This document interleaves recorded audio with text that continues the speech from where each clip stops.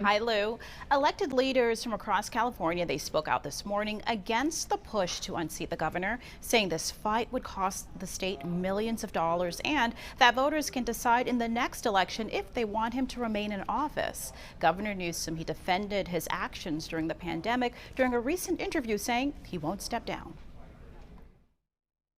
It's a Republican-led recall campaign gaining steam against California Democratic Governor Gavin Newsom that's cleared more than 2 million signatures. Now the governor is addressing critics pushing to oust him from office over his handling of the pandemic last year, when surges in coronavirus infections prompted a statewide shutdown that impacted schools and businesses.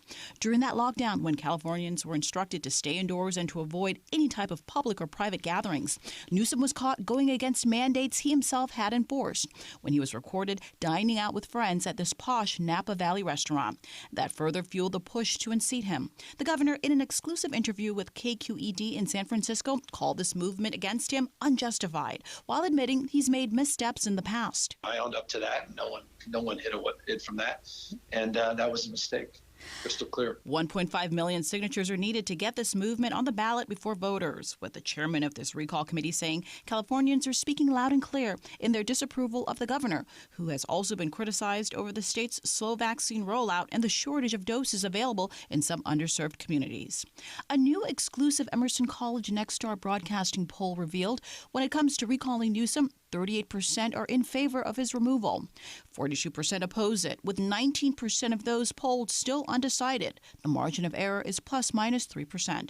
Governor Newsom contends this fight against him has to do with his, quote, progressive policies on immigration, the environment, criminal justice reform, and health care. Adding recall efforts against him actually began before the COVID crisis. He said there are a number of things he would have handled differently during the pandemic, but that the tough decisions he was forced to make shouldn't warrant his dismissal. We've made real progress in certain areas, and in other areas it's been stubborn. And one of those areas we've acknowledged is on the vaccine rollout on an equity frame, and in many respects we could have gone a little earlier with this overlay, and that's something in hindsight you consider. This is the people's campaign. This campaign belongs to our organization. We are responsible. We are the responsible party for making this thing go through. The governor said 40% of California's vaccines are now earmarked for some of the hardest hit communities. The group spearheading the governor's recall campaign said once all the signatures in this petition have been validated, an election could be held within 60 to 80 days of that submission. This was a meeting from this morning with Black Democratic elected officials in California, including city council and congressional leaders. They were taking a stance against a push to remove Gavin Newsom. Listen.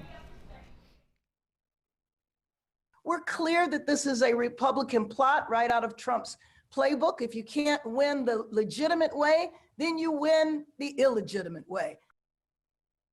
The website that the governor and his political allies have launched to fight the recall is stoptherepublicanrecall.com. Lou and Glenn, we'll send it back to you now in the studio.